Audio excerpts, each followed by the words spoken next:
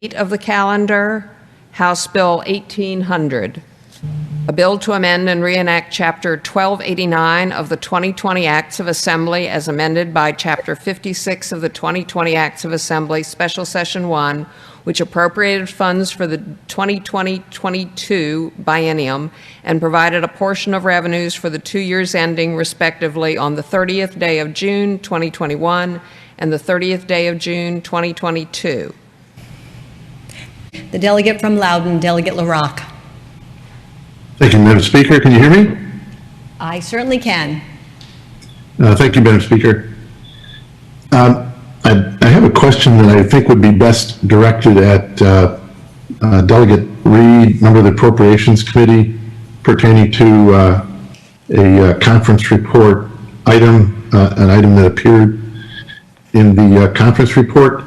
And I ask for Delegate Reed to yield because it impacts an amendment that he had inserted into the budget. I believe it has his name on it.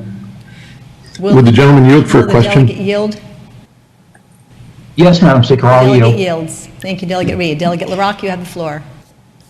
Thank you, Madam Speaker. I would ask the delegate, or just actually, I'll preface the question, and perhaps right at the front, I'll mention that the item that I want to ask him about is item 85 2C, number 2C. And briefly, that's basically eliminates or negates the need for the appropriations that are affected by that item in the conference report, negates the need for those appropriations to be dealt with by the Department of Historic Resources. This is a part of their budget, and indicates the need for the appropriation to be dealt with through 10.12213. That's Virginia Code 10.1-2213. So briefly explaining and informing my question, Madam Speaker, Delegate Reed, this is the original budget amendment, which will be impacted by this item in the conference report. And the appropriation in general is about $9 million. The one that caught my attention and caused me to want to understand the project and the functionality of the appropriation relates to $255,000, which would go to Loudoun County, one-time grant, Loudoun Freedom Center for African American Museum and Historic Education Programs, which I'll admit sounds like it may offer some significant value to our community. What I was curious about is that absent the any specific provisions for how this would be dispersed through Loudoun County or through the Commonwealth of Virginia, I actually went ahead and looked at what the project would be, looking for some specifics as to... Madam Speaker? Yes, the delegate from Fairfax, Delegate Simon. Madam Speaker, is the gentleman asking a question?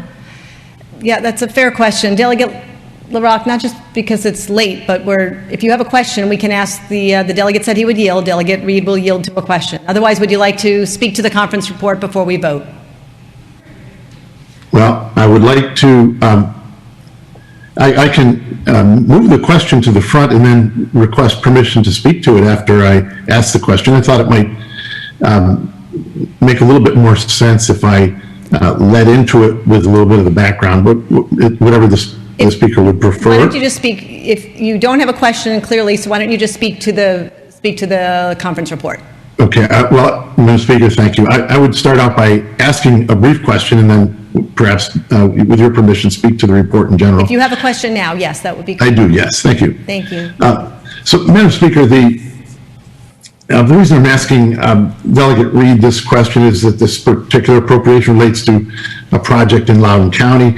I found no definition of the project online or provisions for the disbursement of the money.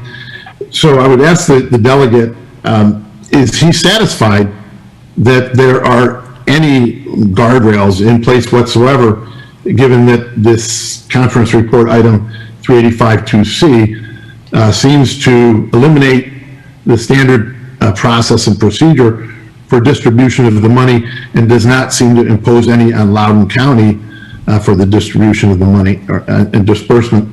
So that is my question. Thank you, Madam Speaker. Thank you. Madam Delegate Speaker, Reed. yes. Delegate Reed, I'm not sure if you got the question from there, but Delegate Reed. I did, Madam Speaker, and I'm happy to respond to the other delegate from Loudoun County. He brings up a good question, but I would say that the normal way that the Appropriations Committee works is that when these budget amendments are submitted, along with the actual lines that he sees there was about 3 or 4 pages worth of detailed information that was provided to the staff that was then evaluated through both the House Appropriations and the Senate Appropriations as being a valid use of state funds to be able to provide accurate and appropriate African-American history to the children of Loudoun County who are in K through 12. So this followed all of the normal procedures and protocols that we follow for the Appropriations Committee, and there's a lot of backup information that I can share with the delegate if he would like to get that separately. So thank you, Madam Speaker. Thank you, Delegate Reed. Thank you, Delegate LaRock. Madam Speaker, Delegate LaRock. may I speak to the amendment Yes, you can speak to the or conference the report. committee report, I guess, actually? Well, I appreciate the answer from Delegate Reed. I wish I could have access to that material. It certainly isn't present online anywhere that is readily available.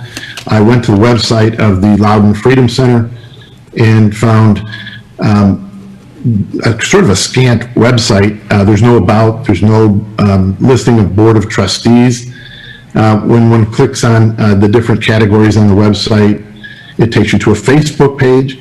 And so again, I just was kind of a little bit interested and maybe a little excited to think that we had perhaps a museum coming to this area.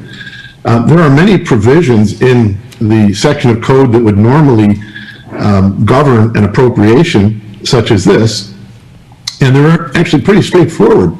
One would make an application. That application would be reviewed by the governor, maybe even the General Assembly. There would be provisions for the review of the organization in general. Are they a not-for-profit organization? This is a lot of money. This isn't an appropriation that would be for mowing the lawn. This is a considerable amount of money. And one that I thought, since we are at such a late hour, the provision that really caught my attention is that if this were processed through the Department of Historical Resources, then there would be a requirement that there'd be a perpetual easement placed on the project that is developed. That's in the case of something that is over $50,000. So one can read into that absent that treatment, that there really is not even a guarantee that whatever this $250,000 buys will be available to the public, or that it wouldn't be sold a year from now or 5 years from now to benefit someone else. So, Madam Speaker, I'll just close by saying thank you for indulging me. Thank you to Delegate Reed for bringing this forward. I look forward to perhaps visiting this museum with him sometime in the future, but I'll call upon the Loudoun delegation to join me in working with Loudoun County to make sure that this $250,000 is spent responsibly and that there's proper accounting for these monies. Thank you, Madam Speaker, members of the body. The Delegate Fairfax, Chairman Bulaba. Thank you, Madam Speaker. Speaking to the conference report. Chairman Bulaba, you have the floor.